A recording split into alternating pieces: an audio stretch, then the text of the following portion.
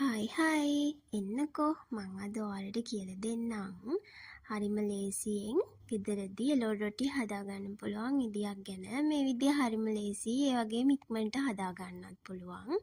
ඉස්සර වෙලාම පාන් පිටි ග්‍රෑම් 250ක් මම මැනලා අරගත්තා.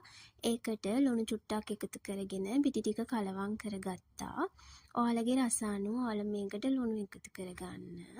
ඊට පස්සේ මේක අනා ගන්න මද රස්නේ වතුර ඕන. මද රස්නේ වතුර ටික ටික එකතු කරලා මේ පිටි ටික හොඳට අනා ගන්න. මෙන්න මේ වගේ ගාන ඩෝ එකක් වෙනකන් අනා ගන්න. ඒ කියන්නේ අතේ ඇලෙන්නේ නැති ගානට අන්නේ ගානට අනා ගන්න. ඊට පස්සේ මේකට පොල් තෙල් චුට්ටකුත් එකතු කරලා මේ පිටි ගුලිය හොඳට නීට් කරගන්න. අතට සොෆ්ට් ගතියක් දැනෙනකන් මේක හොඳට නීට් කරගන්න ඕන. ඊට පස්සේ ඉතින් මේක චුට්ටක් වෙලා වහලා තියන්න. එතකන් අපි යමු මේක මැදට දාන පිරවුම හදාගන්න. ඉස්සර වෙලාවම මම අල ටික තම්බ ගත්තා. අල ගෙඩි දෙකක් අරගෙන ඒක තම්බ ගත්තා. ඊට පස්සේ මම ගෝව චුට්ටක් කපා ගත්තා.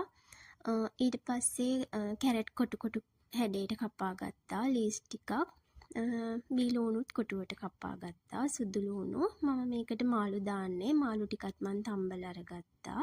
ඒ වගේම මම සැරට කන්නාස නිසා අම්මිරිස් කරල් දෙකකුත් කපලා අරගත්තා.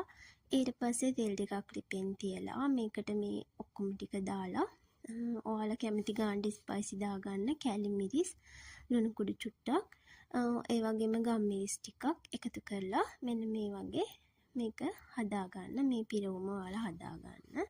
හදාගෙන මම ඉතින් මෙන්න මේ හැඩයට එළවලු රොටි මැදට ඒ පිරවුම දාලා මෙන්න මේ විදියට එළවලු රොටි ටික හදාගත්තා. ඊට පස්සේ හදාගෙන ලිපේ තියලා පුච්ච ගත්තා. ඉතින් මේ තියෙන්නේ මම හදාගන්නපු එළවලු රොටි. ඉතින් වැස්ස වෙලාවක මෙන්න මේ වගේ උණු මුණු එළවලු රොටි එකක් කාලා මසාලා ටී එකක් බොන්න තිබ්බනම් මරු නේද? ඉතින් අන්න එහෙම හිතන නිසා තමයි මම ඉක්මනට මෙන්න මේ එළවලු රොටි එක හදාගත්තේ. එහෙනම් මේ රෙසිපි එක ඔයාලා try කරලා බලන්නකෝ. එහෙනම් ගිහින් එන්නම්. bye. පරිස්සමින් ඉන්න.